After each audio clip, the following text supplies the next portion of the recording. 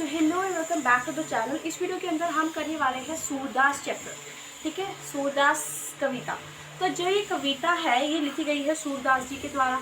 और सूरदास जी इसके अंदर क्या दिखाना चाहते हैं, उद्धव और गोपियों के बीच की तर्क। अब आप सोचेंगे उद्धव कौन है, तो उद्धव कौन है, तो देखो जैसे कि श्री कृष्ण जी जो है जब वो मथुरा पर राज कर रहे थे तब वो वृंदावन छोड़कर मथुरा चल गए थे, राजा बन गए थे वहाँ के। तब उन्होंने गोपियों से वादा किया था कि वह वापस ज़रूर आएंगे। ठीक है, और गोपियाँ उनसे बहुत प्रेम करती है, इसीलिए उन्होंने गोपियों से वादा किया। बट जब वो वहाँ पर गए और वहाँ पर उन्हें स्थितियाँ ऐसी लगी कि वो वहाँ आने का नहीं सोच सके, तब उन्होंने उद्धव एक इंसान को, एक बंदे को जाकर कहा, उन्हें बोला कि तुम जाओ गोपियों के पास और गोपियों को बोल दो कि अब वह वहाँ पर रह गए हैं और उन्हें वहाँ की राजनीति संभालना बहुत ज़्यादा ज़रूरी है। ठीक है, तो इसलिए वो उद्धव वहाँ पर गए और गोपियों को ये संदेश दिया। तो गोपियाँ और उद्धव के बारे में, गोपियाँ जो है उद्धव से कैसे तर्क कर रही है, कैसे उन्हें कह रही है, ठीक है, कैसे उनसे वार्तालाप कर रही है, वो अब हम इस कविता में देखेंगे। सबसे पहले है, उद्धो तुम हो अति बड़भागी, अपरस रहत स्नेह तगा है, तगाते नाहिन मन अनुरागी। उतो तुम हो अति बड़भागी। बड़भागी मतलब भाग्यहीन, बड़भागी मतलब भाग्यहीन, जिसका भाग्य अच्छा नहीं होता है। जब हम बोलते हैं ना कि बुरी किस्मत, तो यहाँ पर यही बोला गया है, भाग्यहीन ही भाग्यवान। भाग्यवान कैसे, कि जिसकी बहुत अच्छी किस्मत होती है। तो यहाँ पर ये क्या कह रहे हैं कि तुम्हारी बहुत अच्छी किस्मत है कि तुम कृष्ण के पास रहकर भी, इस पूरे पद में यही चीज़ बताई गई है। एक बार मैं आपको पढ़ के बता देती हूँ। उद्धो तुम्ह अति बड़भागी, अपरस रहत स्नेह तगाते, नाहिन मन अनुरागी, पुरैनी पात रहत जल भीतर, तारस देह न दागी, ज्यो जल माह तेल की गागरी, बूंद न ताकुर लागी। ठीक है, प्रीति नदी में पाऊ न बोरियो, दृष्टि न रूप परागी, सूरदास अबला हम बोली, गुर चाटी ज्यो पागी। तो यहाँ पर उद्धव को वो क्या कहना चाहते हैं, उद्धव मतलब उद्धव है यहाँ पर, तो वो उद्धव को क्या कहना चाहती है, गोपियाँ उद्धव को ये कहना चाहती है कि तुम कृष्ण के पास रहकर भी उनसे प्रेम में नहीं पड़े, कि तुम कितने भाग्यवान हो। ठीक है, कि तुम कृष्ण के पास रहकर भी, कृष्ण के साथ रहकर भी, कृष्णा जी के साथ रहकर भी तुम प्रेम में नहीं पड़े, तो तुम कितने ज़्यादा भाग्यवान हो। ठीक है, कितने ज़्यादा भाग्यवान हो। और फिर वो क्या कहना चाह रही हैं कि तुम सचमुच बहुत ज़्यादा क्या हो, भाग्यशाली हो। ठीक है, और तुम इस प्रेम वाले बंधन से एकदम मुक्त हो। जो प्रेम मुक्त बंधन है, तुम इससे बहुत मतलब मुक्त हो। और उन्होंने तर्क के सहित क्या क्या चीज़ें बोली है। सबसे पहले उन्होंने बोला, पूर्णी पात रहत जल भीतर, तारस देह न पागी, कि जैसे एक तालाब के अंदर जो हमारे लोटस होता है गुलाब का लोटस फूल होता है, तो जो हमारा लोटस फूल की इतनी क्या होती है, तुम कृष्ण से निकट रहकर भी उनके प्रेम बंधन में उस तरह नहीं मुक्त हो सके जैसे कमल। हाँ, जैसे कमल का पत्ता पानी में रहने के बावजूद भी उसके ऊपर पानी की एक बूंद नहीं चढ़ती। पता है ना हमें ये चीज़। अब देखो, जो कमल का पत्ता है वो उगता ही किस में है, वो उगता है तालाब में। और तालाब में उगने के बाद, तालाब में सदा रहने के बाद भी उसके ऊपर पानी की एक भी बूंद नहीं जाती है। तो यहाँ पर यही चीज़ वो बताना चाहते हैं। दूसरा वो क्या बोलते हैं कि जैसे अगर हम एक घी वाला जो डब्बा होता है, ठीक है, घी वाले डब्बे को अगर हम पानी में रखते हैं तो उस घी वाले डब्बे में एक भी पानी की बूंद नहीं आएगी, एक भी पानी की बूंद नहीं आती है।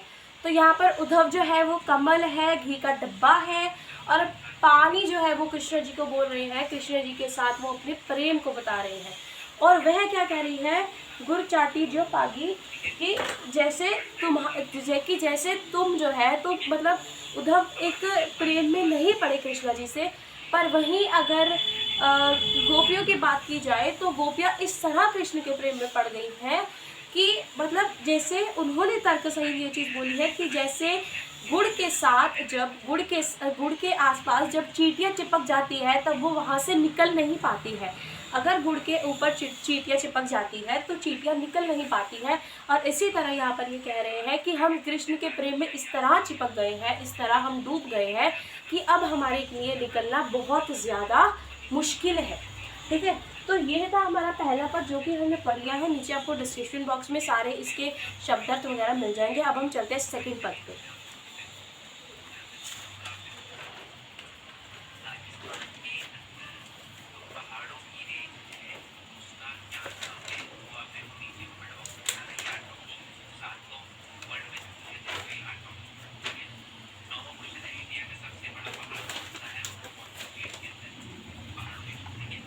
अब नेक्स्ट पद है हमारे पास दूसरा पद। मन ही मांझ रही कहिए जाड़ कोई पे उधो नाही परत कही अवधि आधार आस आवण की तनमन बीता सही अब इन जोग संदेश नी सुनी सुनी बिरहनी बिरह दही चाहती हुती गुहारी जितही ते उत बेहदार भई सूरदास अपधि दरही क्यों महाराज ना लही।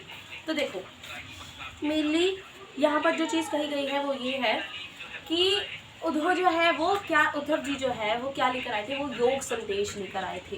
उस योग संदेश में क्या था, उस योग संदेश में ये था कि अब कृष्ण जी आपके पास वापस नहीं आ सकते और आपको उनके प्रेम को अभी छोड़ना होगा और योग संदेश के साथ फिर कौन सी उसमें लीन हो जाना होगा, मूव ऑन जैसे हम बोलते हैं, वो आपको करना होगा। तो यहाँ पे इस पूरे का क्या है कि गोपियाँ उद्धव से कहती है कि हमारे मन में छिपी बात तो मन में ही रह गई। हम सोचते थे कि जब कृष्ण वापस आएंगे तब हम उनसे अपनी बात कहेंगे, जो वो कहना चाहती हैं, जो वो उनके साथ बात करना चाहती है वो बात करेंगी। पर अब कृष्ण जी उनके पास आए ही नहीं, तो जो उनके मन की बात है वो उनके मन के अंदर ही छिपी रह गई है। ठीक है, परंतु उन्होंने निराकार ब्रह्म को प्राप्त करने का संदेश भेज दिया है, निराकार ब्रह्म को, कि अब आप मुझसे पीछा छोड़ दीजिए। इस चीज़ का संदेश किसने भेजा था? कृष्ण जी ने उद्धव के द्वारा ये संदेश भेज दिया। नेक्स्ट क्या है, उनके द्वारा त्याग दिए जाने पर, तो वो कह रहे हैं कि कृष्ण ने हमें त्याग दिया है, इसीलिए वो उद्धव के द्वारा ये संदेश भेज रहे हैं कि अब हम मुझे छोड़ दीजिए। तो ऑब्वियसली उन्होंने उन्हें एज अ त्याग दिया है। नेक्स्ट क्या है, हमसे यह और अधिक कहीं भी नहीं जाती, अब तक हम उनके पास वापस लौटने की उम्मीद में अपने सहारे अपने तन मन को, उन्हें इतनी पीड़ा हो रही थी, जितनी देर तक, जितने समय तक वो कृष्ण से दूर रहे तब तक उन्हें बहुत पीड़ा हो रही थी। पर यह सोचकर कि कृष्ण वापस आएंगे, वो उनसे अपने बातें कहेंगी, तब तक वो सह रहे थे। पर अब वो कह रहे हैं कि अब हमसे और सहा नहीं जा रहा है। क्या नहीं सही जा रही है? कृष्ण से दूरियां जो है वो हमें सही नहीं जा रही है। तुम ही बताओ कि अब हम धैर्य धारण कैसे करें। तो फिर वो बोल रही है कि सूर्यदास जी को कि अब आप ही बताइए, उद्धव को आप ही बताइए कि अब हम धैर्य धारण कैसे करें। जब हमने इतने टाइम तक उनकी वेट की तो अब हम धैर्य धारण कैसे कर सकते हैं, अब हम रुक कैसे सकते हैं।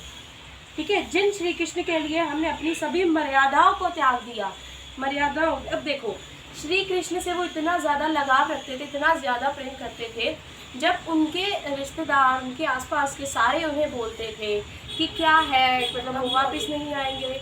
ठीक है, तो क्या था उनका कि वो उससे इतना ज़्यादा प्यार करते थे, प्रेम करते थे, तो सब उन्हें बोलते थे कि कृष्ण नहीं आएंगे। फिर भी उन्होंने कृष्ण पर भरोसा रखकर अपने आप को उसी पीड़ा में सहा और वैसे ही रहे।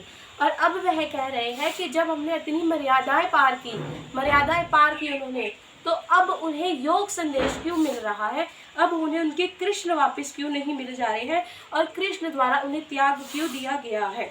ठीक है, और हाँ, हमारी मर्यादा जो है वो भी अब वो कह रहे हैं कि नष्ट हो गई है। ठीक है, समझ में आ गया, इजी।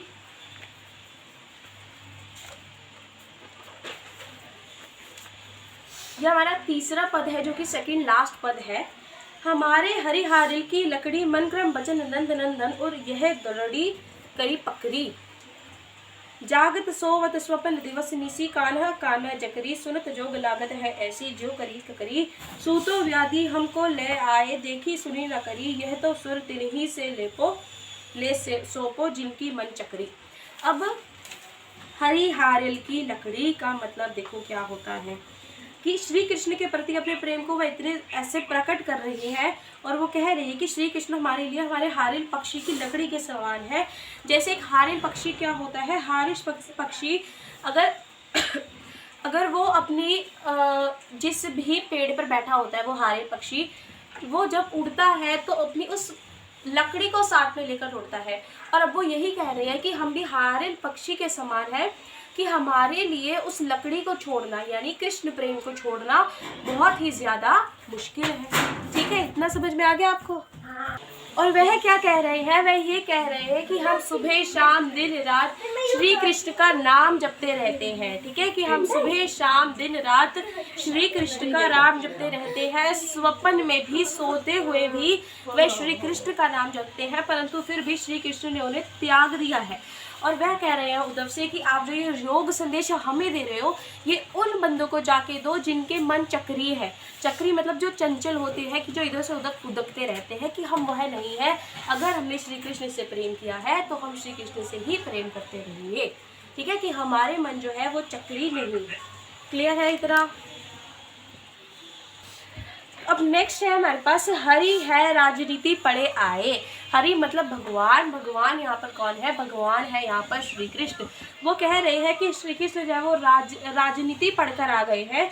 समुझी बात कहत मधुर के समाज सब पाए, एक अति चतुर हुए पहले ही, अब गुरु ग्रंथ पढ़ाए। कि पहले इतने चतुर थे और अब वो गुरु ग्रंथ पढ़कर आ गए हैं। बड़ी बुद्धि जानी जो उनकी योग संदेश पठाए। योग संदेश दे रहे हैं, हमें योग संदेश दे रहे हैं। उधर भले लोग आगे के पर हित डोलत धाये, अब अपने मन फेर पाइए, चलत जो होते चुराए। ते क्यों नीति करे अपुन जे और अनीति छुड़ाए, राज धर्म तो ये सुर जो प्रजा ना चाहाई सताए। तो ये कह रहे हैं कि जो हमारे कृष्ण जी है वो राजनीति पढ़कर आ गए। पहले वो इतने चतुर थे और अब तो उन्होंने जैसे क्या पढ़ लिया, गुरु ग्रंथ पढ़ ली है, कि वो इतना ज़्यादा हमें योग संदेश की बात कर रहे हैं। और वह कह रहे हैं कि अगर आपने इतनी राजनीति पढ़ी ही ली है तो उन्हें ये भी समझ में आना चाहिए कि हम भी उनकी प्रजा है, हम भी उनकी प्रजा है। और अगर हम भी उनकी प्रजा है तो अगर वो एक राजा है तो उन्हें उस प्रजा को यानी गोपियों को सताने का मतलब भी उनका नहीं बनता है। अगर वो अच्छे राजा बनने चाहते हैं तो वो अपनी प्रजा को भी नहीं सता सकते। ठीक है, तो thank you so much for watching the video till and. अगर आपको सूरदास चैप्टर समझ में आ गया तो अच्छी बात है, नहीं समझ में आए तो रिवाइंड करके देख लो। Bye bye, tata, see you.